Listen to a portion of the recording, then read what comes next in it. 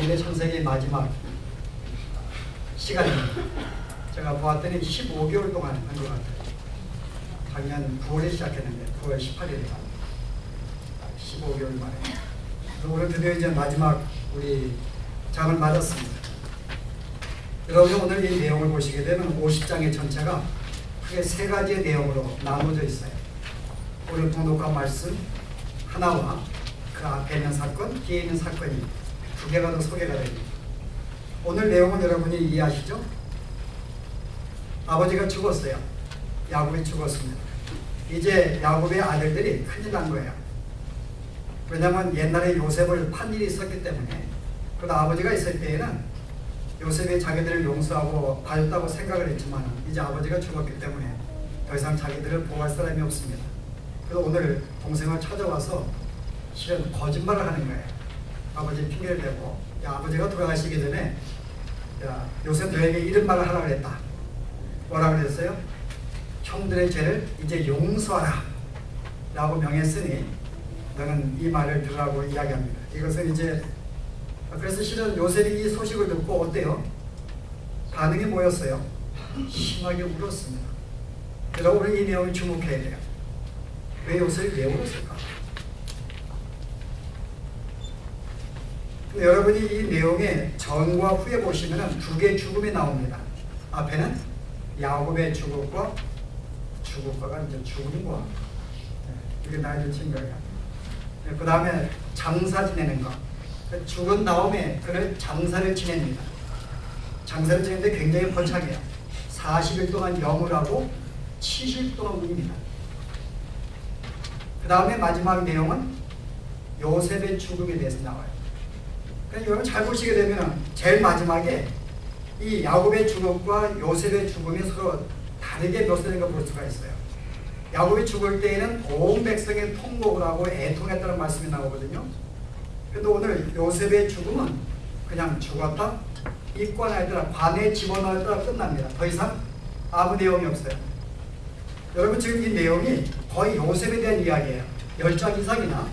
그럼 오히려 야곱의 죽음에 대해서는 좀 소홀하게 다루고 간단히 다루고 요셉의 죽음을 조금 더 자세하게 죽은 다음에 염을 하고 장사를 하고 오히려 야곱에게 표현됐던 이 내용들이 실은 요셉에게 표현돼야지 옳은 것입니다. 내용으로 볼 때는. 그러나 요셉은 그냥 죽었다 입건하였더라고 끝납니다. 이 내용이 하나 조금 이상하고 창세기 전체를 볼 때도 이 내용은 조금 이상해요. 창세기 1장 1절은 하나님의 태초에 천지를 창조하시니라 거창하게 시작합니다. 근데 마지막은 요셉의 죽음으로 끝나요.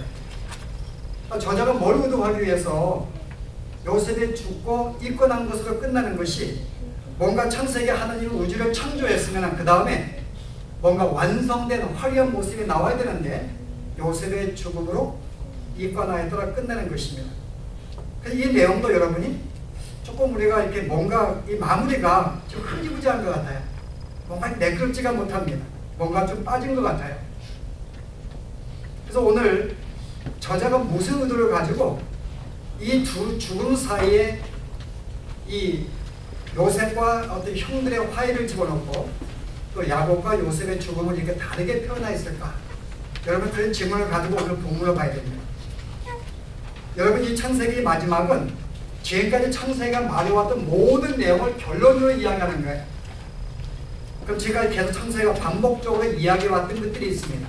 그 내용에 대한 결론적인 반복이에요. 창세기가 계속 반복해서 왔던 이야기가 뭘까요? 주제가 크게 세 가지입니다. 인간의 죄, 그 다음에요 죄에 대한 심판, 하나는요 그럼에도 불구하고 하나님이 그들에게 은혜를 베풀었다. 이 세 가지의 주제가 창세기에 계속 반복이 됩니다. 죄를 지었고 심판하였고 은혜를 베풀었다. 그러니까 여러분이 아브라함 전까지가 창세기 11장까지 내용인데 11장에 보시면은 이 내용이 크게 4개가 반복이 돼요. 아담이 하와가 범죄했습니다. 하나님이 그들에게 심판했어요. 그들을 에덴 동산 내어 쫓습니다. 그리고 이제 그들에게 영적인 사망과 육체적인 사망도 하나님이 심판을 주었습니다. 은혜는 뭘까요? 하나님이 그냥 내쫓지 않았어요. 그들 내어쫓기 전에 그들을 위해서 가죽옷을 지어 입힙니다. 가죽옷은 그가 벌거벗은 걸 알았기 때문에 부끄러워서 무화과 나무로 가려웠는데 그게 자꾸 말라버리니까 하나님이 그의 부끄러움을 감추기 위해서 가죽옷을 지어입혔어요. 가죽옷을 지어입히기 위해서는 한 마리의 짐승이 죽어야 됩니다. 가죽이 벗겨져야 되고 그것 때문에 그의 부끄러움이 가려워지는 거예요.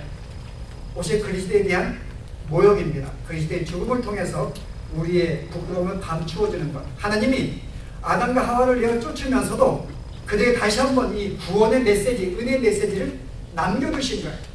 그리고 또 말씀하시기를 뱀에게 너의 후손과 여자의 후손이 원수가 될 것인데 여자의 후손이 여자만 외에 태어난 분 예수 그리스도가 뱀의 후손 너의 머리를 짓밟아 승리하게 될 것이다. 그 메시아가 오셔서 승리함을 은혜의 메시지를 주십니다. 여러분 그 다음 보시면 여러분 어떤 데 나와요? 가인이 자기의 동생 아벨을 죽입니다. 하나님이 아벨의 제사를 받으시고 가인의 제사를 받지 않았어요. 마음속 질투가 생겨서 가인이 아벨을 죽입니다. 그게 죄예요. 가인의 죄인데 심판이 뭔가요? 가인을 내어 쫓습니다. 하나님의 은혜가 있어요. 어떤 은혜를 주었는가요? 아벨 대신에 하나님이 새로운 아벨을 대신해서 새로운 아들을 허락해 주어서 여전히 하나님이 언약의 백성이 이어가게 만들어 주시며 그 다음에 온 인류가 범죄했어요. 폐업했습니다. 그 하나님이 심판으로 노아 홍수 때 홍수로 모든 인류를 쓸어버렸어요. 은혜는 뭘까요? 근데 그 가운데 하나님이 은혜도 보여주었습니다. 그 가운데 다 죽이지 아니하고 노아의 가족을 살리셔서 다시 시작하자 그 말입니다. 그들에게 아브라함에 주었던 축복의 약속, 네가 땅에 번성하라 이 축복의 약속을 다시 노아에게 주시는 거예요. 땅에 충만하고 번성하라. 하나님이 다시금 새롭게 시작할 기회를 주십니다. 마지막으로 온 백성이 또 폐역했는데요. 그 다음에 또 이 노홍수 이후로 백성이 또 범죄했어요. 바벨탑에 모여서 하나님이 되기 위해서 그들은 바벨탑을 쌓습니다. 그러니까 하나님이 그들에게 심판하셔서 어떤 심판이에요? 그들의 모든 민족을 흩어버립니다. 서로의 언어를 다르게 만들어서 대화를 못하게 만들었어요. 그래서 언어가 통하는 사람끼리 모여가지고 흩어져 온 땅에 흩어지게 됩니다. 은혜가 뭘까요? 그러나 그들 가운데 다시 하나님이 한 명의 사람 아브라함을 부르사 다시금 새로 시작하더라고 말씀합니다. 여러분 이렇게 창세기 보시면은 그 매든 사건마다 하나님의 인간의 죄가 나오고 거기에 대한 심판이 나오고 거기에 대한 하나님의 은혜가 나옵니다. 이 내용이 창세기 주제예요. 여러분 계속 보시면은 아브라함이 그렇게 범죄해도 다시금 그에게 은혜를 주어서 다시금 살리시는 애굽에 가서 범죄했는데 다시 그에게 살려주십니다. 특별히 창세기 1장의 창조의 사건이 여러분 그런 내용이에요. 왜 하나님이 완벽하신 하나님이 우주를 창조할 때 처음부터 완벽하게 지으시지 왜 그렇게 처음에 상태가 뭐였어요?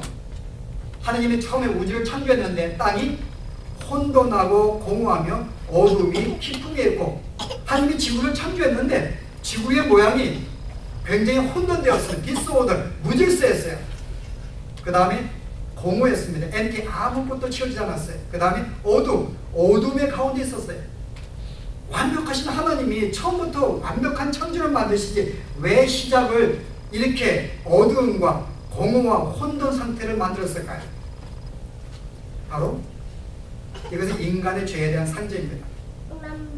아담과 하와가 범죄한 다음에 이 인류가 혼돈되었고 공허하였고 무질서한 것을 보여주는 거예요. 이것을 어떻게 하나님이 다시금 구원을 시작하는 걸 보여주는 것입니다. 제일 먼저 빛이 있으라으며 우리가 예수님의 상징이죠. 빛을 보내어서 어둠을 가르렀습니다.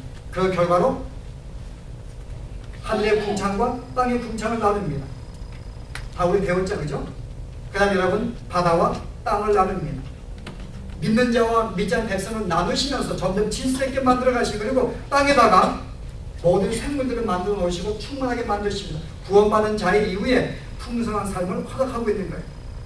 실제 이 내용은 그냥 창조에 끝나는 게 아니라 하나님이 어떻게 죄악으로 어두워졌고 혼돈된 이 우주를 어떻게 하나님의 은혜로 질서 있게 다시금 충만하게 만들어 가신가를 보여주기 위한 구원의 섭리를 창조에 집어넣은 거예요.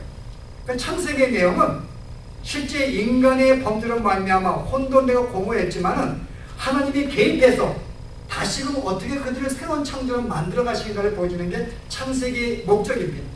그럼 오늘 이 내용도 결론적인 것이기 때문에 그런 각도에서 보시면 별로 내용이 어려운 게 아니에요. 자, 이제 오늘 봉독한 말씀은 뭐가 나오는가요? 요셉과 형제들의 화해가 나옵니다. 근데 여기서 요셉이 그래요.